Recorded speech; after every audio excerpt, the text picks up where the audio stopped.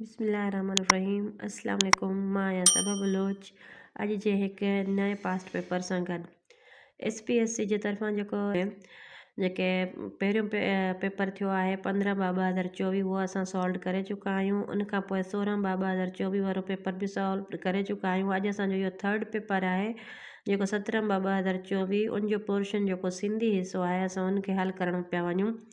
त इन जो सवाल नंबर पहिरियों आहे ग़रीबल लुग़त कंहिं जे रिसाले जी लुग़त आहे।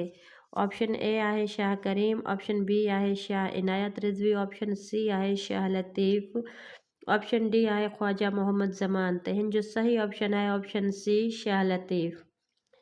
सवाल नंबर ॿियों आहे सामे सुञ वड़ाओ नाविल कंहिं जो लिखियलु आहे।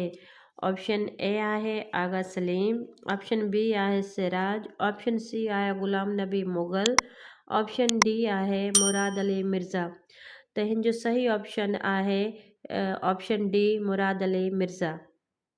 सवाल नंबर टियों आहे इहो कहिड़ो ड्रामो आहे जंहिं जर्मनी में थियल बैनुल अक़वामी मेले में टियों नंबर हासिल कयो।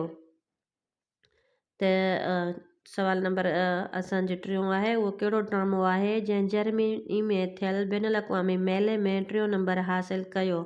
ऑप्शन ए आहे आख़िरी रात, ऑप्शन बी आहे राणे जी कहाणी, ऑप्शन सी आहे दंगे मंझि दरिया, ऑप्शन डी आहे मौसम ऐं मजबूरी। त हिन जो सही ऑप्शन आहे दंगे मंझि दरिया।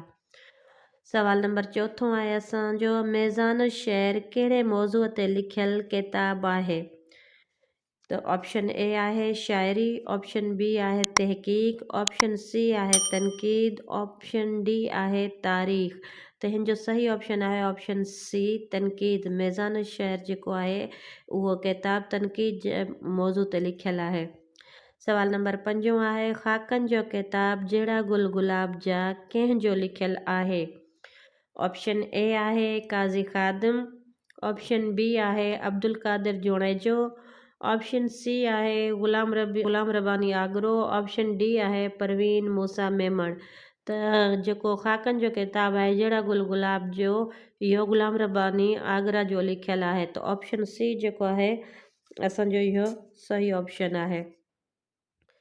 सवाल नंबर 6 आहे शाह लतीफ़ मोरड़े मीर बहार जो ज़िक्र कहिड़े सुर में कयो आहे। ऑप्शन ए आहे सुर सामूंडी में, ऑप्शन बी आहे सुर घातू में, ऑप्शन सी आहे सुर कारायल में, ऑप्शन डी आहे सुर सारंग में। त हिन जो सही ऑप्शन आहे ऑप्शन बी सुर घातू में।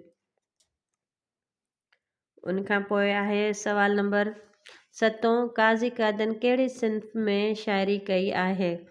ऑप्शन ए आहे काफ़ी, ऑप्शन बी आहे वाई, ऑप्शन सी आहे बैत, ऑप्शन डी आहे गिनान। त काज़ी कादन जेको आहे बैत सिंफ में शाइरी कई आहे। त ऑप्शन सी जेको आहे हिन जो सही ऑप्शन आहे।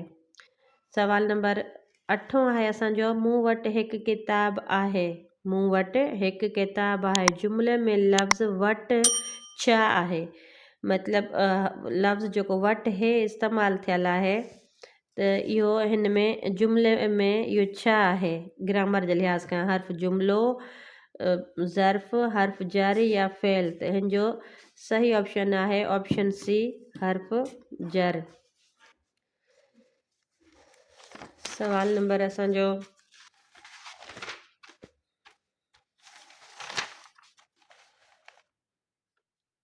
9 आहे हुते इकड़ बिकड़ माण्हू बचियो हो। हिन जुमिले में इकड़ बिकड़ छा आहे।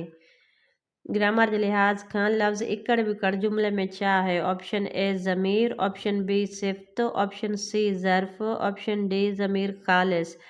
त लफ़्ज़ इकड़ बिकड़ जेका आहे उहो सिफ़्त ॾेखारे थो। त ऑप्शन बी जेको आहे हिन जो सही ऑप्शन आहे। सवाल नंबर 10 आहे कर्तरी प्रयोग में फ़ेल डैश मुताबिक़ मटिजे थो। ग्रामर में कर्तरी प्रयोग जेको आहे फ़ेल मुताबिक़ डैश थींदो आहे। मफ़ूल फ़ाइल या नथो मटिजे। त हिन जो जेको ऑप्शन ए आहे मफ़ूल, ऑप्शन बी आहे फ़ाइल, ऑप्शन सी आहे नथो मटिजे, ऑप्शन डी आहे उन्हनि मां को बि न। त हिन जो सही ऑप्शन आहे कर्तरी प्रयोग में फेल फाइल मुताबिक़ मटिजे थो। त ऑप्शन बी जेको आहे हिन जो सही ऑप्शन आहे।